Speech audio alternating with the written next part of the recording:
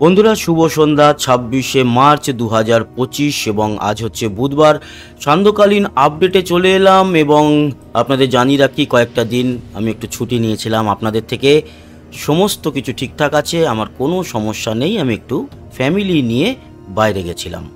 ধন্যবাদ। অনেকেই আমার খোঁজ খবর নেওয়ার চেষ্টা করেছেন, তাদেরকে সময় মতো জবাব দিতে পারিনি বলে আমি ক্ষমা প্রার্থী। চলে আসি কেন এই গুরুত্বপূর্ণ হতে চলেছে আপডেটটি। ঘূর্ণিঝড় আসতে পারে এপ্রিলের শুরুতেই, সমস্ত বিষয় নিয়ে আলোচনা করব। তবে আজকের এই সন্ধ্যাবেলায় লক্ষ্য করতে পারছি যে আমাদের পশ্চিমবঙ্গ সহ বাংলাদেশ, ত্রিপুরা, আসাম একেবারে পরিষ্কার, কোথাও কোনো মেঘের ছিটে ফোঁটা নেই। আগামী দিনগুলো কীরকম কাটবে এবং তাপমাত্রা কীরকম থাকবে, এছাড়া ঘূর্ণিঝড় নিয়ে আলোচনা করব। তো প্রথমে চলে আসি, আগামী কয়েকদিনের মধ্যে বৃষ্টি আমাদের বেঙ্গল জোনে আছে কিনা। বেঙ্গল জোন মানে পশ্চিমবঙ্গ, বাংলাদেশ, ত্রিপুরা এবং আসাম। আজকে তো কোনো বৃষ্টিপাতের সম্ভাবনা কোথাও নেই এবং 27 তারিখ আগামীকাল সারাদিনে যা দেখতে পাচ্ছি, বৃহস্পতিবার 27শে মার্চ, কোথাও কোনো বৃষ্টি নেই আমাদের বেঙ্গলের জোনের কথা বলছি, মানে পশ্চিমবঙ্গ, বাংলাদেশ, ত্রিপুরা, আসামের। এছাড়া 30, 31 থেকে পেরিয়ে 1 তারিখ, 2 তারিখ, 3, 4, 5 কোনো দিনই কিন্তু আপাতত বৃষ্টির আমরা সম্ভাবনা দেখলাম না। তার মানে আমরা 8 তারিখ পর্যন্ত কোনো বৃষ্টির সম্ভাবনা দেখতে পাইনি। 9 তারিখে গিয়ে এপ্রিলের বৃষ্টির সম্ভাবনা আছে এবং পরিস্থিতির পরিবর্তন হবে। তারপর আস্তে আস্তে তো বর্ষা আসবে। এই হচ্ছে পরিস্থিতি। আমরা চলে যাব বৃষ্টির পরিমাণ। বৃষ্টির পরিমাণ কি বলছে? আগামী 9 তারিখ অবধি বৃষ্টি কি আছে? দার্জিলিংয়ে ছিটেফোঁটা বৃষ্টি ছাড়া 8 তারিখ অবধি কোনো বৃষ্টি আমরা দেখতে পেলাম না। 9 তারিখে কিছুটা বৃষ্টি আমাদের দক্ষিণবঙ্গে এবং দক্ষিণ বাংলাদেশে হওয়ার সম্ভাবনা, এবং এখনও পর্যন্ত যা দেখতে পাচ্ছি পরিমাণ কম। তবে একটা কথা বলে রাখি, যেহেতু আজ সবে 26 তারিখ এবং 27 থেকে শুরু করে আমাদের হাতে এখনও 10-15 দিনের মতো টাইম রয়েছে এই 9 তারিখ আসার আগে, তাই পরিস্থিতি যে কোনো সময় পরিবর্তন হতে পারে। আপাতত 3-4 দিনের মধ্যে কোনো বৃষ্টির সম্ভাবনা থাকছে না। তাপমাত্রা নিয়ে আলোচনা করব, সেটা যাব শেষে। তবে তার আগে এই যে একটা ঘূর্ণাবর্ত এবং ঘূর্ণিঝড়ের আলোচনা দিয়ে শুরু করলাম না, সেটাই চলে যাব। আপনাদের জানিয়ে রাখি যে নতুন ঘূর্ণিঝড় যদি বঙ্গোপসাগর কিংবা আরব সাগরে তৈরি হয়, তার নাম হবে শক্তি, এবং সেই নামটি দিয়েছে শ্রীলঙ্কা। তার কারণ এই যে 13টা দেশ মিলে নামকরণ করে সেই নামকরণ অনুযায়ী পরবর্তী নাম কিন্তু শ্রীলঙ্কার আসবে এবং সেটা হবে শক্তি।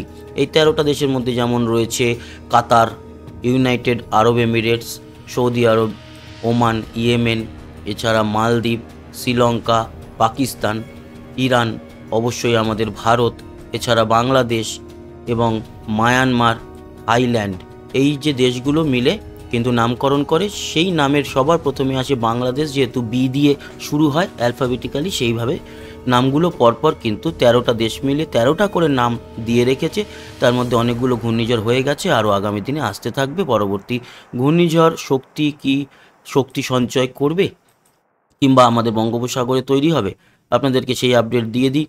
30 তারিখ অবধি আমরা সেরকম কিছু দেখতে পাচ্ছি না, কিন্তু 31 তারিখে গেলে একটা ঘূর্ণাবর্ত মধ্য বঙ্গোপসাগরে তৈরি হচ্ছে।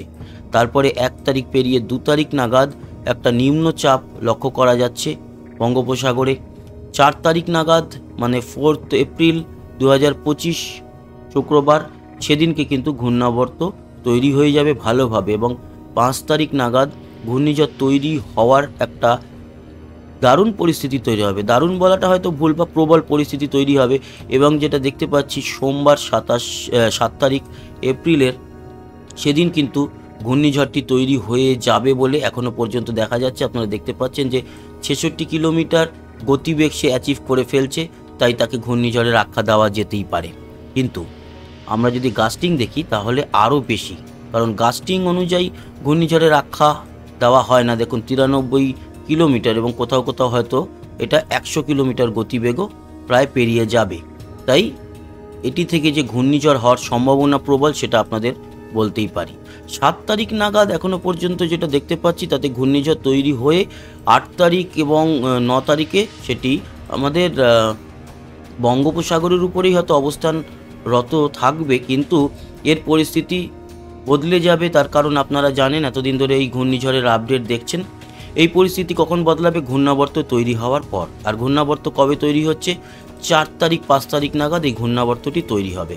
মোটামুটি 4 তারিখে কিন্তু ঘূর্ণাবর্ত তৈরি হচ্ছে বলে দেখা যাচ্ছে। দক্ষিণ আন্দামান সাগরে, এবং 5 তারিখ নাগাদ সেটি ভালোভাবেই একটি নিম্নচাপ তৈরি হয়ে যাচ্ছে। 6 তারিখ নাগাদ সেটি ঘূর্ণিঝড়ের কাছাকাছি অবস্থানরত হয়ে গেলেও 7ই এপ্রিল এটি কিন্তু ঘূর্ণিঝড় রূপে নিজের পরিচয় শক্তি করে নেবে, এরকম কিন্তু শক্তি সঞ্চয় করছে বলেই লক্ষ্য করতে পারছি। তো এই ঘূর্ণিঝড়টির দিকে আমাদের নজর থাকবে। এই মধ্য বঙ্গোপসাগরে তৈরি হওয়া ঘূর্ণিঝড়ের সাধারণত যে গতি প্রকৃতি আমরা লক্ষ্য করি তাতে আসার সম্ভাবনা যেরকম থাকে তামিলনাড়ু, পুদুচেরি মানে আমাদের দক্ষিণ ভারতের, এছাড়া অন্ধ্রপ্রদেশ, তেলেঙ্গানা, ওড়িশার দিকে আসার সম্ভাবনা থাকে। এছাড়া অবশ্যই আমাদের পশ্চিমবঙ্গ, বাংলাদেশের উপকূল অঞ্চল বা বাংলাদেশের মধ্যে, কিংবা মায়ানমার ও থাইল্যান্ডের দিকে। তবে এর এফেক্ট সবসময় আন্দামানের উপরে পড়ে। আমাদের যে আন্দামান রয়েছে, নিকোবর দ্বীপপুঞ্জ রয়েছে, সেখানে তার এফেক্ট থাকেই।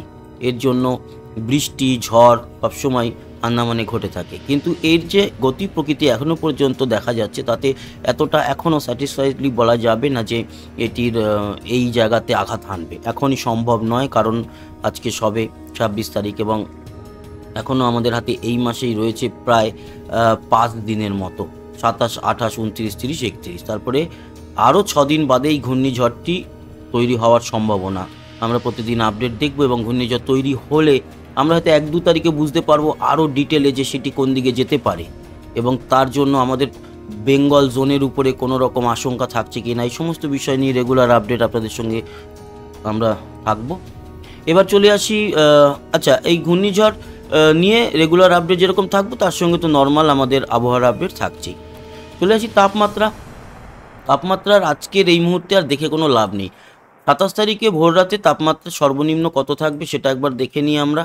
ভোর 5টায় চলে যাব এবং আমাদের কলকাতায় 24, এছাড়া দক্ষিণ ও উত্তর 24 পরগনায় 25-26-এর মধ্যে থাকবে। এদিকে পুরুলিয়া, বাঁকুড়ার দিকে 19-20-র মতো, দুর্গাপুর সহ বর্ধমান সবই 20-22-এর মধ্যে, বীরভূম, মুর্শিদাবাদও মোটামুটি 20-22-এর মধ্যে, নদিয়ার দিকে থাকবে 23, শান্তিপুর, তারপরে কৃষ্ণনগর, চাকদা, রানাঘাট, এদিকে হুগলির চুঁচুড়া, চন্দননগর এই দিকটা 23, আরামবাগের দিকটা 22, হাওড়া, তারপরে উলুবেড়িয়া, এই যে অঞ্চলগুলো 22-23-এর মধ্যেই থাকবে। দীঘা, মন্দারমণির দিকটাতে থাকবে হচ্ছে গিয়ে 25-26-এর মতো। পশ্চিম মেদিনীপুর, বেলদা সহ দেখতে পাচ্ছি যে ভগবানপুর, বাজকুল, সবং এগুলো সব 22-23-এর মধ্যে। তার মানে ঝাড়গ্রাম, খড়গপুর এগুলো 21-এর মধ্যে জায়গা, ঝাড়গ্রাম 20, খড়গপুর 21। এই হচ্ছে গিয়ে পরিস্থিতি আমরা দেখতে পাচ্ছি, এবং এই পরিস্থিতি আমাদের দক্ষিণবঙ্গে সকাল থেকেই থাকবে। উত্তরবঙ্গ যদি আমরা ফলো করি, মালদায় 21, দিনাজপুর থাকছে 20-21-এর মধ্যে, শিলিগুড়ি 21, জলপাইগুড়ি, আলিপুরদুয়ার, শীতলকুচি, দিনহাটা, ধূপগুড়ি এগুলো সব কিন্তু 20-21-এর মধ্যে, দার্জিলিং 14। বাংলাদেশের উত্তরে থাকবে 20-র মতো, 20-21-এর মতো, এবং 20-21-এর মতোই বগুড়া, সরিষাবাড়ি, ময়মনসিংহ, মদন, সিলেটে অবশ্য 18, মৌলভীবাজার 20, কাপাসিয়া, ঢাকা এগুলো সব 22-23, ফরিদপুর, শৈলকুপা 22, মেহেরপুর, রাজশাহী 21-22, যশোর, লোহাগড়া সবই মোটামুটি 22-23-এর মধ্যে, চট্টগ্রাম, মহেশখালী, লংগদু, রাঙামাটি ওই 21-22-এর মধ্যে, ত্রিপুরা 21, শিলচর 18 এবং আসাম জুড়ে 19-18-র মতো তাপমাত্রা থাকবে ভোর 5টা নাগাদ। আর দুপুরবেলাতে সর্বোচ্চ তাপমাত্রা কত হবে আমরা চলে যাব সরাসরি দুপুর 1-2 নাগাদ। কালকে কিন্তু বেশ গরম দুপুরে, কলকাতাতেই 38, খড়গপুর 36 এবং পুরুলিয়া, বাঁকুড়া 37-38, বাকি দুর্গাপুর, আসানসোল 38-এর মতো, এদিকেই সবচেয়ে বেশি গরম থাকবে, কলকাতাতেও তাই। বাকি 36, 35 থেকে 37-এর মধ্যে তাপমাত্রা আমাদের পুরো দক্ষিণবঙ্গের, যদিও হলদিবাড়ি বা এদিকে দীঘা, মন্দারমণি দিকে 30-34 থাকবে, কিন্তু বাকি মধ্য দক্ষিণবঙ্গে 38-36-এর মতো থাকছে। মালদা 37-2, দিনাজপুরে 33 থেকে 35-এর মধ্যে, শিলিগুড়ি 33, দার্জিলিং 24 এবং জলপাইগুড়ি, ধূপগুড়ি 33-34, আলিপুরদুয়ার, শীতলকুচি, দিনহাটা এগুলো সব 32 থেকে 35-এর মধ্যে। তার মানে বেশ গরম। বাংলাদেশ জুড়ে 34-35-এর মতো তাপমাত্রা, উত্তর থেকে দক্ষিণ সব জায়গায়, তবে ঢাকায় দেখুন 37 তাপমাত্রা, রাজশাহী, মেহেরপুরেও মোটামুটি 35-34, খুলনা, বরিশাল 34 থেকে 36-এর মধ্যে, সিলেট 33, কুমিল্লা 35, চট্টগ্রাম এগুলো সব 31 থেকে 33-এর মধ্যে, ত্রিপুরা 35-36 তাপমাত্রা কাল দুপুরে, শিলচর 32 এবং আসাম জুড়ে থাকছে 32 থেকে 34-এর মধ্যে তাপমাত্রা কাল দুপুরে সর্বোচ্চ। পরের দিনগুলোতে একটা জিনিস ফলো করব যে গরম কি কমার সম্ভাবনা না, একেবারেই না, বরঞ্চ 38 থেকে 39-এ চলে যাবে কলকাতার তাপমাত্রা 28 তারিখে। তারপরের দিনও যদি দেখি মোটামুটি 38-39 এরকম তাপমাত্রার মধ্যেই আমাদের এখন কয়েকটা দিন কাটাতে হবে কলকাতা সহ দক্ষিণবঙ্গে, বাকি বাংলাদেশেও তাই। গরম কিন্তু এখন কমছে না আপাতত, কমছে না নয়, গরম তো এখন বাড়বে উত্তরোত্তর, তবুও মাঝে মধ্যে বৃষ্টি এলে তো তাপমাত্রাটা কন্ট্রোল হয়, তাই আপাতত যেহেতু বৃষ্টি নেই তাই তাপমাত্রাও সেইভাবে কন্ট্রোল হবে না, তবে ঘূর্ণিঝড় তৈরি হলে তবে পরিস্থিতির বদল ঘটবে। তো বন্ধুরা, এই ছিল আজকের আপডেট, আশা করি কাজে লেগেছে। সবাই ভালো থাকবেন, সুস্থ থাকবেন, সাবস্ক্রাইব করে আমাদের সঙ্গে জুড়ে থাকবেন, লাইক আর শেয়ার করবেন। ধন্যবাদ, আবার দেখা হচ্ছে, টাটা।